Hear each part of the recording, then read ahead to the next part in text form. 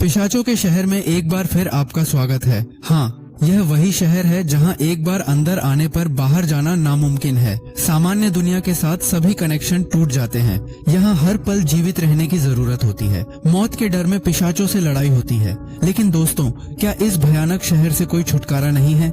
आपके भारी जुनून का सम्मान रखते हुए सीरीज फ्रॉम के पिछले 3 सीजन के संदर्भ में हम सीजन 4 का एक्सप्लेनेशन शुरू करने जा रहे हैं। चूंकि सीजन 3 रिलीज होने के बाद कई महीने बीत चुके हैं, तो सीजन 4 शुरू करने से पहले आइए अतीत पर एक नजर डालें। दोस्तों, फ्रॉम सीरीज के सीजन 1 की कहानी एक डरावने और रहस्यमय शहर के इर्द गिर्द घूमती है, जहां एक बार जो गया वह फिर कभी बाहर नहीं निकल सकता। चारों तरफ जंगल और सड़कें इस तरह मुड़ जाती हैं कि चाहे आप कितनी भी दूर जाएं, अंत में वही जगह लौट आते हैं। इस शहर की सबसे डरावनी बात यह है कि शाम होते ही जंगल से पिशाच निकलते हैं, जो इंसान के रूप में आते हैं। वे दरवाजे पर दस्तक देते हैं, बात करते हैं और परिचित इंसानों जैसा बर्ताव करते हैं। अगर कोई गलती से दरवाजा या खिड़की खोल दे तो वे उसे निर्ममता से मार डालते हैं। बचने का एकमात्र उपाय है दरवाजा पर लटकाए गए विशेष सुरक्षात्मक पत्थर। यहाँ नेटवर्क काम नहीं करता और यहाँ बिजली की सप्लाई कहाँ से आती है, यह भी एक रहस्य है। घरेलू लोगों का नेतृत्व करता है स्टेशन का बॉयड, वह स्टीवेंस, जो कठोर नियमों के साथ सभी को जीवित रखने की कोशिश करता है। लेकिन एक गलती से डरावनी घटना घटती है। फ्रैंक नाम का एक व्यक्ति लापरवाही के कारण अपने परिवार को खो देता है और सजा के रूप में उसे एक रात बक्से में बितानी पड़ती है, जहां पिशाचों के हाथों उसकी मौत तय हो जाती है। इसी बीच मैथ्यूज परिवार इस शहर में फंस जाता है। जिम, तबीत, जूली और छोटा एथन बार बार इस शहर से बाहर निकलने की कोशिश करते हैं, लेकिन वे असफल होते हैं। एक खतरनाक दुर्घटना में उनकी गाड़ी पलट जाती है और वे इस दुस्वप्न का हिस्सा बन जाते हैं। धीरे धीरे उन्हें समझ आता है कि इस शहर में सिर्फ पिशाच ही नहीं, बल्कि और भी कई अजीब रहस्य छिपे हैं। एथन सफेद कपड़े पहने एक रहस्यमय बच्चे को देखता है, जिसे कोई और नहीं देख सकता। दूसरी तरफ जेड अजीब चिन्हों को देखता है, जो उसे मानसिक रूप से तोड़ देते हैं। वहीं सारा नाम की एक लड़की अदृश्य आवाजों के प्रभाव में लोगों की हत्या करने लगती है। वह आवाज उसे आदेश देती है और वह मजबूर होकर एक के बाद एक डरावने काम करती है, जिससे शहर की स्थिति और खराब हो जाती है। शहर से बाहर निकलने के जिम एक रेडियो बनाने की कोशिश करता है। कुछ समय के लिए वे बाहरी दुनिया के किसी से संपर्क भी कर पाते हैं, लेकिन अचानक एक रहस्यमय आवाज उसे रोक देती है, जैसे कोई इस शहर को पूरी तरह नियंत्रित कर रहा हो। दूसरे सीजन में रहस्य और गहराते हैं। शहर के नीचे एक विशाल सुरंग प्रणाली की खोज होती है, जहां पिशाच दिन में सोते हैं। साथ ही ये भी समझ में आता है कि ये जीव असली दुश्मन नहीं है, बल्कि इनके पीछे कोई और बहुत बड़ा है।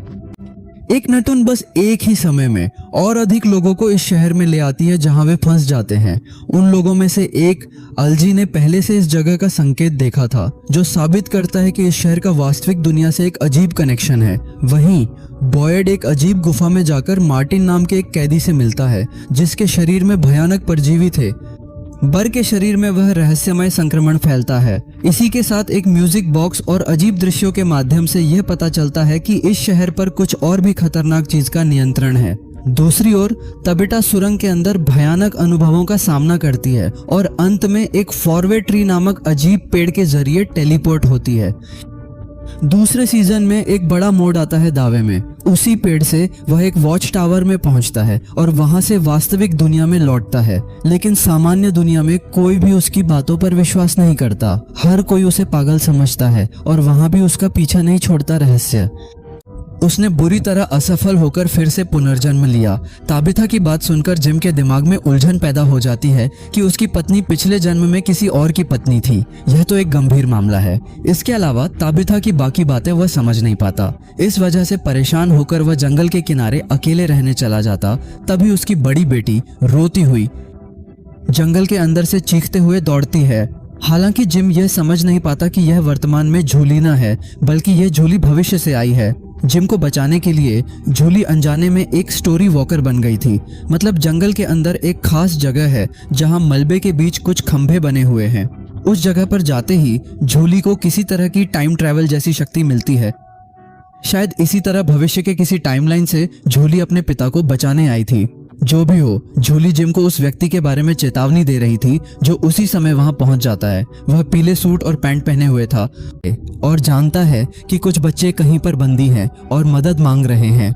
इस बीच शहर की स्थिति और बिगड़ने लगती है। खाने की कमी हो जाती है और लोग डर में आ जाते हैं। पिशाच और भी निर्दयी हो जाते हैं, यहाँ तक कि वे लोगों को मानसिक रूप से तोड़ने लगते हैं। जैसे कि बोयर के सामने केनी की मां को निर्दयता से मारा जाता है।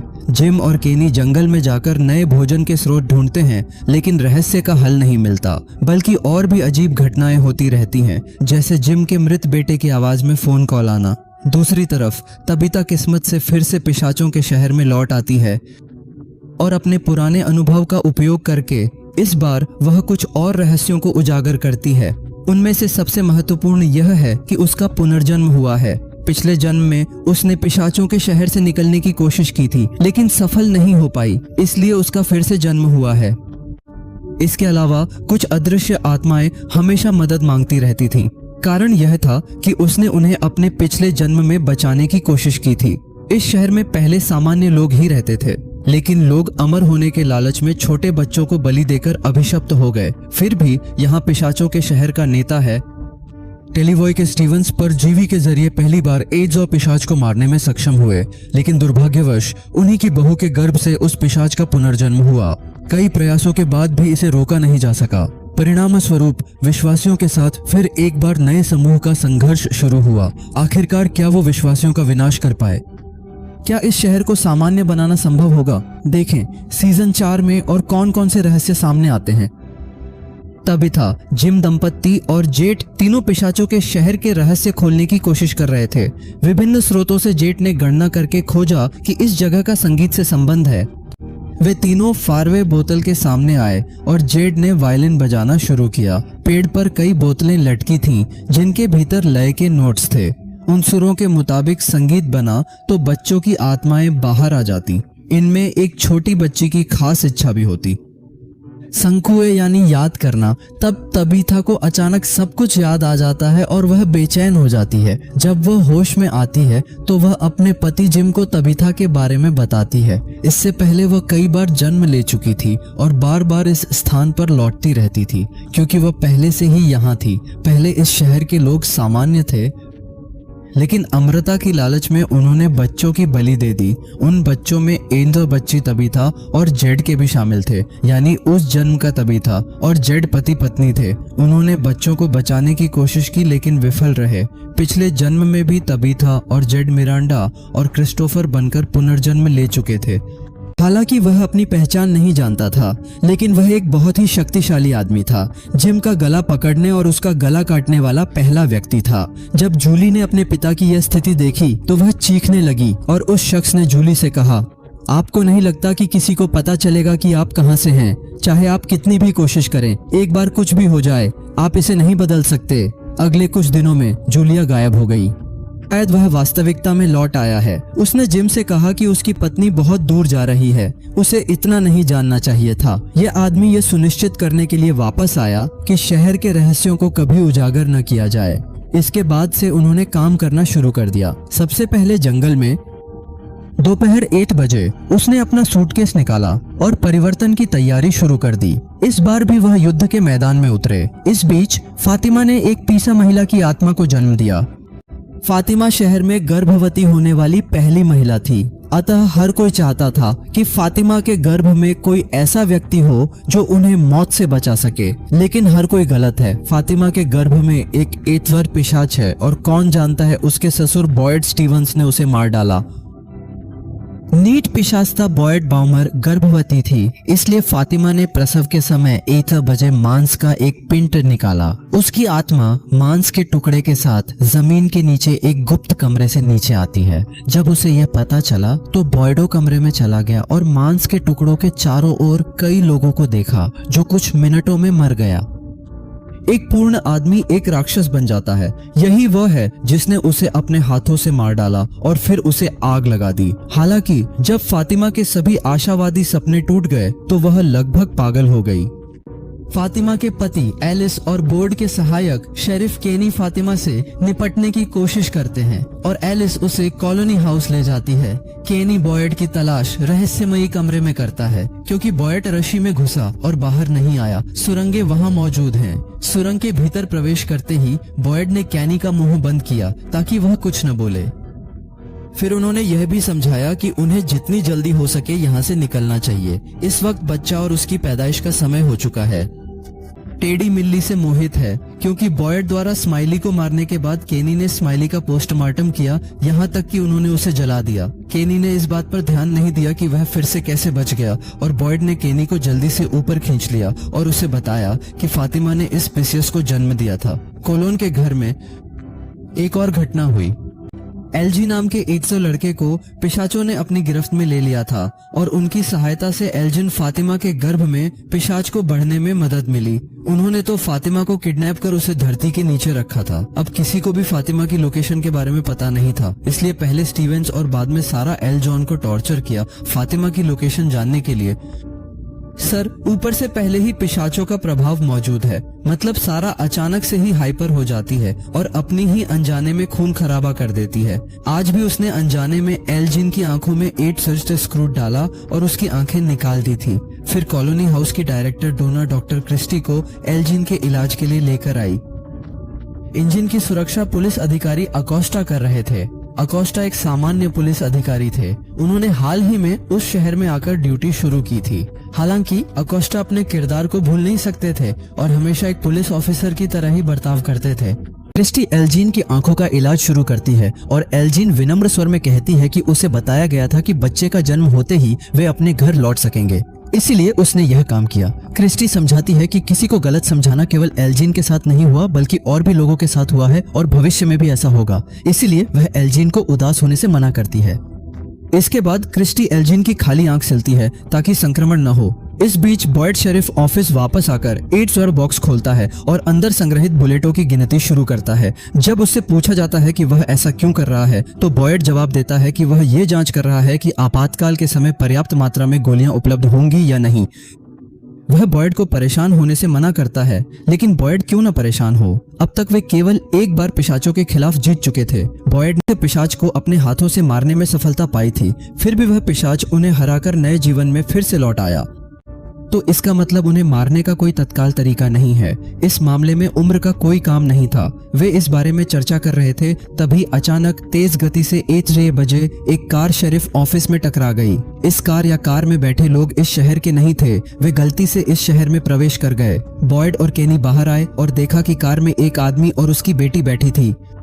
लड़की का नाम सोफिया हल्का था, उम्र ज्यादा नहीं थी, उसकी घबराने वाली नजरें थीं। उसके पिता संभवतः एक यात्री थे।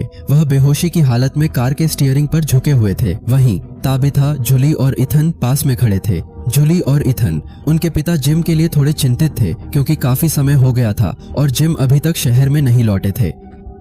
कोई भी अभी तक नहीं जानता कि जिम पहले ही मर चुका है और जूली भी नहीं जानती क्योंकि यह जूली वर्तमान समय रेखा में मौजूद है। वे बातचीत कर रहे थे, तभी वह कार हंसते हुए उनकी राह पार कर गई। तभी खतरा महसूस करने पर ताबिथा दौड़ती हुई आई। कार की खिड़की और बॉडी पार्ट्स लगभग सोफिया के गले में जा घुसे थे। बस 1920 होता तो खबर बन गई होती। सोफिया घबराई हुई थी और अपने पापा को बुला रही थी। तबिता ने उसे मानसिक सहयोग दिया और उससे उम्र मिलाकर बाहर निकाला। उसी समय बोर्ड के निर्देश से एम्बुलेंस को बुलाया गया। नर्स मेरियल ने पादरी को चेक करने के बाद देखा कि वह बहुत धीरे चल रहा है।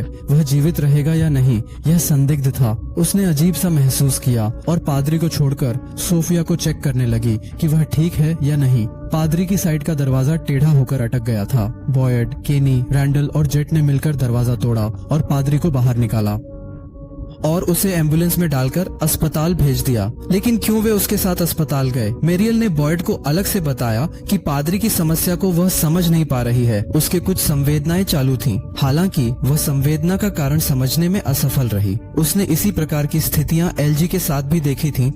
जब एल्जिन का परिवार पहली बार इस शहर में आया था, एल्जिनो आले हाल में था। बॉयड ने मैरियल को पार्टी के मामलों को गहराई से देखने को कहा। उसके बाद उन्होंने उन्हें एम्बुलेंस में डालकर बच्चों को लेकर घर लौट गए। लेकिन रात बीतते ही जिम वापस नहीं आया, जिससे सभी चिंतित हो रहे थे। जूली और ईथन बार बार पिता के बारे में पूछ रहे थे, लेकिन ताबिथा कोई जवाब नहीं दे पा रही थी।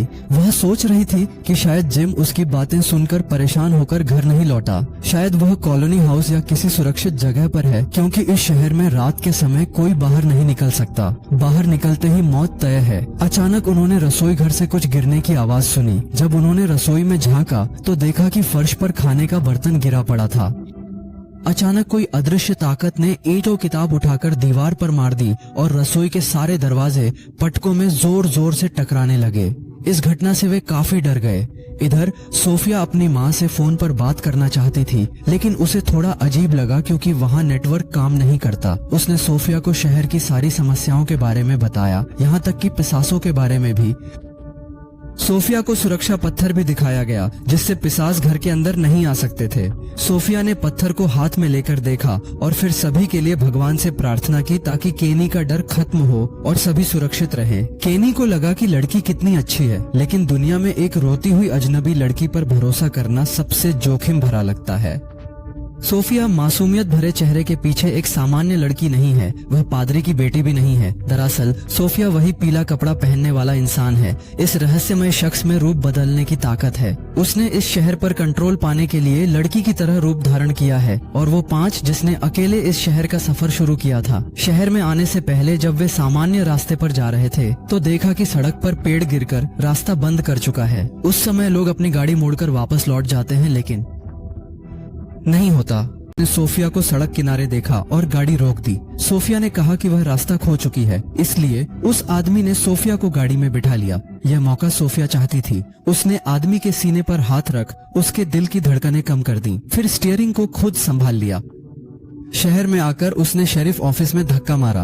वह पीले कपड़े वाला आदमी इस शहर में आने के लिए सोफिया का रूप ले चुका था और उसने इस आदमी का इस्तेमाल किया। अब उस आदमी की जरूरत नहीं थी, इसलिए सोफिया ने उस आदमी को मार डाला। फिर पूरे नाटक के साथ वह बाहर जाकर जोर से रोई। वह आदमी थोड़ा सुस्त सा हो गया था। उसकी रोने की आवाज सुनकर लोग दौड़े। अब तो रात हो चुकी थी। पिशाच शिकार के लिए घूम रहे थे। बाहर आकर देखा कि पिशाच सोफिया की ओर बढ़ रहा था। वह दौड़कर सोफिया को अंदर खींच लाया और उसे सांत्वना दी। सोफिया रोते हुए कहती है कि उसके पिता गुजर गए हैं। यह सुनकर केनी बेहद दुखी हो जाता है। आवाज सुनकर मैरियल भी पहुंचती है। खबर सुनकर वह पड़ोस में जाती है ताकि सच जान सके। अगली सुबह बॉयड दूरबीन लेकर शहर को देख रहा था। अचानक उसकी नजर ताबिथा के घर के सामने पुल पर पड़ती है। पुल के पास खून से सना एक बस्ता लटका था। बॉयड जल्दी से वहां दौड़ कर जाता है। बस्ते से अब भी खून टपक रहा था। तब तक बहुत सारे लोग बाहर आ गए थे। ताबिथा अपनी खिड़की से बस्ता देखकर अंदर से विचलित हो जाती है। जब वह दरवाजा खोलकर बाहर आती है तो बॉयड उसके चेहरे की भावनाएं देखकर समझ जाता है कि शायद जिम के साथ कुछ हुआ है। इस समय इथान उसे देखकर अंदर से परेशान हो जाता है और बस्ते की ओर दौड़ता है, लेकिन बॉयड उसे बस्ते के पास जाने से रोकता है। इथान भी डर से कांप रहा था। बस्ते में उसके पिता की लाश तो नहीं है, यह सोचकर ताबिथा जूली और इथान को समझाकर दूर भेज देती है ताकि वे वह दर्दनाक दृश्य न देख सकें। फिर वह हिम्मत जुटाकर बॉयड से बस्ता नीचे उतारने को कहती है। बॉयड और जेड मिलकर बस्ते को नीचे उतारते हैं। जब बॉयड बस्ता खोलने लगता है तो ताबिथा उसे रोक देती है और कहती है कि वह खुद बस्ता खोलेगी। इसके बाद ताबिथा कांपते हुए हाथों से बस्ते का मुंह खोलती है और देखती है कि यह जिम की लाश नहीं है, बल्कि एच और बकरी को काटकर बस्ते के अंदर लटकाया गया था। दूसरी ओर इथान और जूली खलिहान में गए थे। वे खलिहान का दरवाजा खोलते ही चिल्ला उठते हैं क्योंकि जिम की लाश वहां उल्टी लटकी हुई थी। लगता है कि उन पर मानसिक दबाव डालने की कोशिश की जा रही है। हर चीज को बेहद सटीकता से प्लान किया गया था। जब उनकी चीखें सुनकर ताबिथा और बॉयड वहां दौड़कर आते हैं तो ताबिथा जिम की लाश देखकर जोर जोर से रोने लगती है। बॉयड नोटिस करता है कि दीवार पर उनके लिए एक संदेश लिखा हुआ है, ज्यादा चालाकी करने का नतीजा। यह संदेश देखकर बॉयड बहुत गुस्सा हो जाता है और ताबिथा और इथान के साथ घर लौटता है। रोश में वह अंदाजा लगाता है कि शायद जिम और ताबिथा में फिर से झगड़ा हुआ था, इसीलिए कल तबीत अकेले ही घर लौट आई थी। गुस्से में जिम घर नहीं लौटा और उसे अपनी जान गंवानी पड़ी। इस पर इथानम को दोष देकर वह बाहर निकल गया। इथान को संभालने के लिए जूलियो बाहर चला गया। बॉयड और जेड मिलकर जिम की लाश को चर्च ले गए। एलिस ने उन्हें देखकर साथ दिया। बॉयड ने जेड से पूछा कि क्या उन्होंने कोई संदेश छोड़ा है। ज्यादा जानने या घुसपैठ करने के कारण उन्होंने जिम को मार दिया, तो इसका मतलब क्या है? उस समय बॉयड ने पूरी घटना को समझाया और वह तबीथा के साथ जाकर बोतल के सामने म्यूजिक बजा रहा था। तभी 4:30 बजे बच्चे की आत्मा आई और एक शब्द कह रही थी। इसका मतलब था याद रखें या स्मरण करो। तब उन्हें याद आया कि वे बार बार कैसे पुनर्जन्म ले रहे थे। इस शहर के रहस्य को उजागर करने की कोशिश कर रहे थे। शायद इसी बात को जानने के कारण उन्होंने जिम को मारा। बॉयड ने ऐसी बातें पहले भी सुनी थी। सारा और उसके भाई का भी इस शहर को लेकर अपना कोई सिद्धांत था, लेकिन उन्होंने इसे कभी गंभीरता से नहीं लिया। बॉयड ने जेट को और गहराई से जांच करने की सलाह देकर निकल गया। इस बीच सोफिया का चश्मा टूट गया था, इसलिए केनी ने कहा कि स्टोरेज रूम में चश्मों का संग्रह है, वहीं से वह सोफिया को अच्छा चश्मा देगा। केनी सोफिया को बाहर ले गया और सारा से मिला। सारा से उसने जिम की मौत की खबर सुनी। सहायक शरीफ होने के नाते केनी की कुछ जिम्मेदारियां थी, इसलिए वह बॉयर से मिलने चला गया और सारा सोफिया को लेकर गई। रेस्टोरेंट के स्टोरेज में जाती है। रेस्टोरेंट के अंदर उनकी मुलाकात अकोस्टा से होती है, जो कल रात से वहीं थी। सारा अकोस्टा से बात करने की कोशिश करती है, लेकिन वह ध्यान नहीं देती। इस शहर में हर कोई सारा से बुरा व्यवहार करता है। कारण है कि सारा ने कभी विश्वासघातियों के उकसाने में आकर खून खराबा किया था। बहरहाल सारा सोफिया को स्टोरेज रूम ले जाती है। अपनी पसंद से वह 1-2 बजे चश्मा चुन लेती है। इस समय उनके बीच काफी बातें हुई, जिससे दोनों के बीच अच्छी समझदारी बन गई। इसी बीच जूली ईथन को सुला रही थी और ईथन सो गया है या नहीं यह जानने के लिए जूली धीरे से ईथन को पुकारती है, लेकिन ईथन जवाब नहीं देता, इसलिए जूली कमरे से बाहर चली जाती है। हालांकि ईथन जाग ही रहा था, उसने जानबूझकर जवाब नहीं दिया। जूली के बाहर निकलने के समय डोना से मुलाकात होती है। डोना जूली की मानसिक स्थिति को ध्यान में रखते हुए उसके साथ किसी को भेजना चाहती थी, लेकिन जूली अकेले ही बाहर चली जाती है। बाहर जाकर वह रैंडल से मिलती है। रैंडल को अभी जिम की मौत के बारे में कोई खबर नहीं थी। जूली ने उसे अपने पिता की मृत्यु के बारे में बताया और कहा कि अगर रैंडल मदद करे तो वे जिम को फिर से बचा सकते हैं, और वह उसे लेकर जंगल की ओर चली जाती है। हालांकि रैंडल उसे रोकने की कोशिश कर रहा था। जूली कहती है कि अगर वह पिलर के सर्कल के अंदर जाकर खड़ी होगी तो वह टाइम ट्रैवल कर सकती है। उसने इससे पहले भी एक बार कोशिश की थी, इसलिए उसे यकीन है कि वह इसे फिर से कर सकती है। फिर भी रैंडल उसे समझाने की कोशिश करता है कि जो हुआ है उसे उसी तरह ही होने देना चाहिए, लेकिन जूली उसकी बात नहीं सुनती। वह यह कोशिश जरूर करेगी। दूसरी तरफ ताबिथा फार्म हाउस में दीवार पर लिखे टेक्स्ट को मिटाने की कोशिश कर रही थी, लेकिन वह मिट ही नहीं रहा था। इसी समय वहां जैड आता है और गुस्से में ताबिथा को वहां से जाने को कहता है। जैड न जाकर बताता है कि जब उन्होंने बोतल के पास जाकर मेमोरीज का फ्लैशबैक देखा था तो वे सच थे, और आपके ऊपर भी जो है वे सब असली हैं। उन्होंने इसी संदेश के माध्यम से साबित कर दिया है ताकि वे और आगे जांचने की हिम्मत न कर सकें, इसलिए उन्होंने जिम की हत्या की। जिम फिर से उस बोतल के पास जाने की कोशिश कर रहा था, लेकिन अपने पति को खोने के बाद ताबिथा बहुत दुखी थी। वह स्पष्ट कहती है कि अतीत में क्या हुआ था और भविष्य में क्या होगा उन्हें इससे कोई फर्क नहीं पड़ता। जैड कहता है कि जिम मर चुका है, लेकिन ताबिथा के बच्चे अभी भी जिंदा हैं, इसलिए ताबिथा को उनके बारे में सोचना चाहिए। अगर वे इस मृत्यु के शहर से बाहर नहीं निकले तो उनके साथ भी वही होगा। इस समय ईथन के पास जाकर उसे साथ देने की सलाह दी, लेकिन विक्टर बहुत ही बेचैन था। वह बार बार कह रहा था वे सारी अच्छी चीजें छीन लेंगे और सिर्फ खराब चीजें छोड़ेंगे। विक्टर सबसे पहले इस जगह के विभिन्न रहस्यों के बारे में जानता था, इसलिए वह किसी भी बात पर सबसे ज्यादा घबरा जाता था। दूसरी तरफ जूली रैंडल को लेकर पानी के कुएं के पास जाती है। वहां स्तंभों के घेरे के पास खड़ी होकर वह रैंडल को पहले घेरे के अंदर जाने को कहती है। जब रैंडल घेरे के अंदर जाकर खड़ा होता है तो उसके ऊपर कोई असर नहीं होता। इसे देखकर जूली आश्वस्त होती है। वह रैंडल से कहती है कि अगर घेरे के अंदर कुछ गलत होता है तो वह उसे तुरंत बाहर खींच ले। इसके बाद जूली घेरे के अंदर चली जाती है। मानसिक रूप से वह वापस 8 ज़रले के समय में चली जाती है। यह मूल रूप से सीजन 2 के एपिसोड 9 की घटना है। उस दिन बॉयड, डोना, जिम और रैंडल जंगल में एक आरवी में फंस गए थे।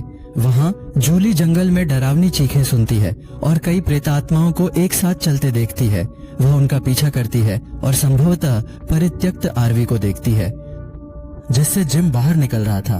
बॉयड गोलियां चलाकर डोना और जिम को सहारा देता है और वे दूसरे क्षेत्र में भाग जाते हैं। जूली जिम को देखकर पापा कहकर बुलाती है, लेकिन जिम उसकी आवाज नहीं सुनता। हालांकि एक पल के लिए जिम को लग रहा था कि कोई उसे बुला रहा है। जिम जूली को नहीं देखता है, लेकिन एक महिला प्रेतात्मा जूली को पकड़ लेती है और उस पर हमला करती है।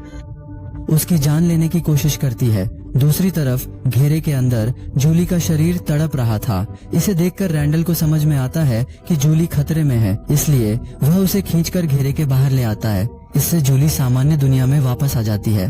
वह सबसे पहले रैंडल से कहती है कि उसने अपने पिताजी को देखा। वह अपने पिताजी को बचा सकती है और इसके लिए उसे फिर से अतीत में जाना होगा। जो तबीता घर लौटकर ईथन के कमरे में जाती है, लेकिन ईथन वहाँ नहीं है। वह डोना से पूछती है, लेकिन वह नहीं बता पाती क्योंकि ईथन कमरे में ही था जब डोना गाड़ी लेकर भागने की कोशिश कर रही थी। ईथन बैग कंधे पे लटकाकर वहाँ से निकल गया। वह सॉ और क्रिस्टी रास्ते में थे। ईथन को देखकर जब गाड़ी आती है तो वह जंगल में छिप जाता है। वहीं पास में बॉयड, केनी और मरियल इंतजार कर रहे थे ताकि सॉ फिर से उन्हें क्रॉस न कर सके। इसके लिए उन्होंने सड़क के ऊपर कील लगी स्पाइक बेल्ट पीछे रख दी थी। जब क्रिस्टी गाड़ी के स्टीयरिंग को मोड़कर उसे पार करने की कोशिश करती है, स्पाइक बेल्ट के ऊपर जाकर गाड़ी का टायर डैमेज हो जाता है, जिससे गाड़ी को रुकना पड़ता है। बॉयड पहले सॉ को हथकड़ी लगाता है। वह बहुत चिल्ला रहा था, लेकिन क्रिस्टी के कहने पर शांत हो गया। ईथन जंगल के अंदर उनके त्यागे हुए आरवी कार तक पहुंचता है। इसी आरवी कार से उसका परिवार इस शहर में आया था।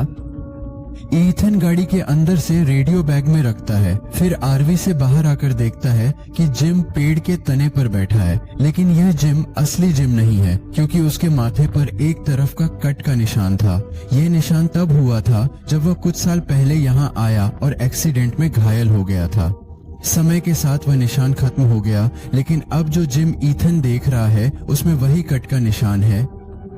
जैसे ही ईथन जिम को आवाज देता है, जिम मुड़कर देखता है। ये ऐसा लग रहा था कि जिम ईथन की उम्मीद नहीं कर रहा था।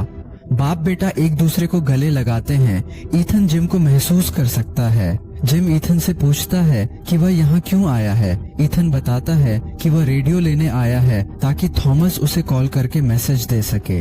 यानी पहले थॉमस नाम के अदृश्य को हसन को कॉल करके विभिन्न जानकारी देता था। हालांकि थॉमस जिस टेलीफोन पर कॉल करता था वह बिल्कुल भी कनेक्टेड नहीं था। ईथन को उम्मीद थी कि शायद यह टूटे हुए रेडियो के जरिए थॉमस उससे संपर्क करेगा। खैर, जिम ईथन को समझाता है कि आगे और बुरे दिन आएंगे और ईथन मजबूत बने और अपनी माँ और बहन का ख्याल रखे।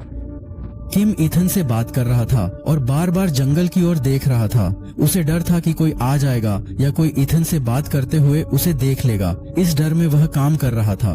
जिम के पास बहुत कम समय था, इसलिए उसने ईथन को पूरी तरह ध्यान देकर उसकी बात सुनने को कहा। इस शहर में आने के बाद एक दुर्घटना में ईथन गंभीर रूप से घायल हो गया था। सेबासे, ईथन और आरवी कार में फंसे हुए थे। उस रात ईथन ने लेक ऑफ टीयर्स का सपना देखा। जिम ने ईथन से आकर लेक ऑफ टीयर्स को तलाश करने को कहा। जिम इसके आगे और कोई संकेत देने में कामयाब नहीं हो पाया क्योंकि टैबिथा ईथन को तलाशते हुए वहां आ गई थी। अपनी माँ की आवाज सुनकर जब ईथन ध्यान केंद्रित करता है और पीछे मुड़कर देखता है तो जिम गायब हो जाता है। उसे कहीं भी जिम का कोई अता पता नहीं मिलता। टैबिथा जब ईथन के पास आती है तो ईथन कहता है कि उसने अपने पिता को यहाँ देखा, कि वो यहीं थे। टैबिथा सोचती है कि जिम की मृत्यु के बाद ईथन बहुत सदमे में है, इसलिए ये उल्टे सीधे बातें कर रहा है। वह ईथन को गले लगाती है लेकिन असल मुद्दे को समझने की कोशिश नहीं करती। लेकिन अब सवाल है कि जिम मर चुका है तो वह वापस कैसे आया? अगर जिम किसी तरह से अतीत से लौट आया है तो वह किस मकसद से आया था? क्योंकि उसके हाव भाव के मुताबिक उसने ईथन को यहाँ आने की उम्मीद नहीं की थी। और लेक ऑफ टीयर्स के इतने साल पहले देखे गए सपने के कारण आखिर जिम को ईथन से यह ढूंढने के लिए क्यों कहना पड़ा? क्या लेक ऑफ टीयर्स उनकी मुक्ति का रास्ता है? शायद इन सवालों के जवाब मिलेंगे हमें अगले एपिसोड्स में।